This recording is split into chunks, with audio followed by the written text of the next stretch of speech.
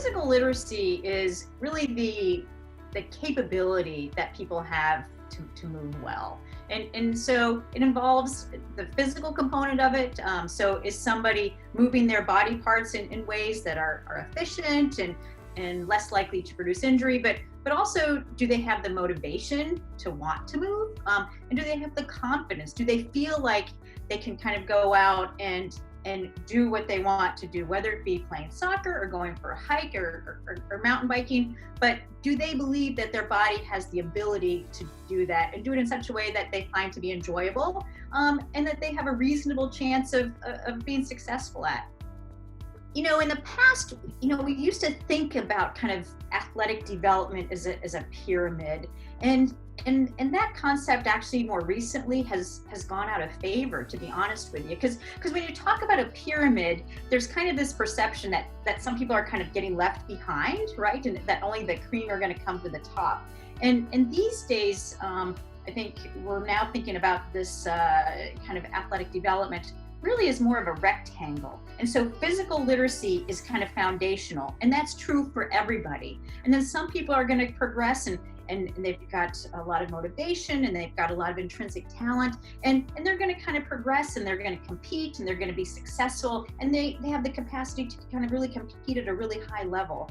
There's going to be kind of a lot of us in the middle ground where we have fun and we like to play sports and we're good enough, but we kind of progress to a certain level, but we're still progressing, and we want to make sure that as many people kind of progress as possible. And then there's going to be others who really have no appetite for maybe even organized sport or competition, but physical literacy still is a value for them as well, because we want everybody to be able to kind of pursue healthy levels of physical activity throughout the lifespan. So when you look at specific activities, for instance, that are designed to really kind of foster kind of physical activity, kind of as well as kind of providing that platform for athletic performance, a lot of times kind of rather than kind of sports specific skills, rather more general agility drills, more balance drills, more kind of working on kind of the fundamentals of movement. So even things like hopping and skipping and jumping, and if you're in a sport with a ball, kind of object control, right? Can you throw a ball accurately? Can you catch the ball with kind of good control? So it doesn't have to be sport specific, and really the younger the player is, really the more general those activities should be, especially for the coaches that are looking at the young athlete.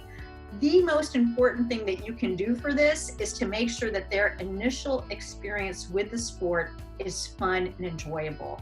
And if it is, even if they ain't that great to start with, they're going to want to become good and they're going to want to work. So you're going to develop that intrinsic motivation.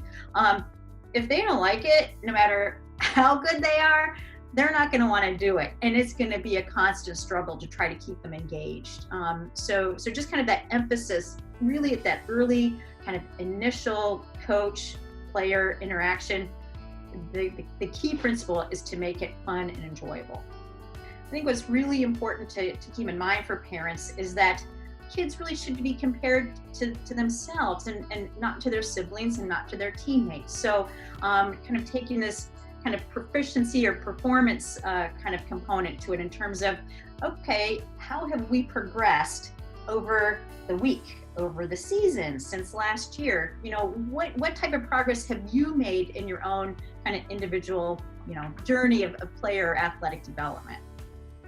The key thing really to avoid is really inserting a young athlete or a kid into some sports specific activity that they're not ready for. So again, just being mindful within your specific sport, what are the fundamentals that you need in order to succeed at a given skill?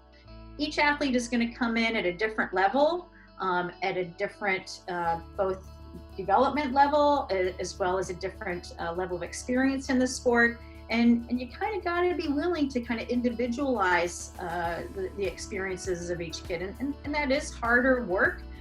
but it's going to pay off because you're going to have athletes who are having more fun, who are easier to work with, are more coachable, and are more motivated to continue to kind of move forward. So comparing an athlete to kind of their prior level of performance is key.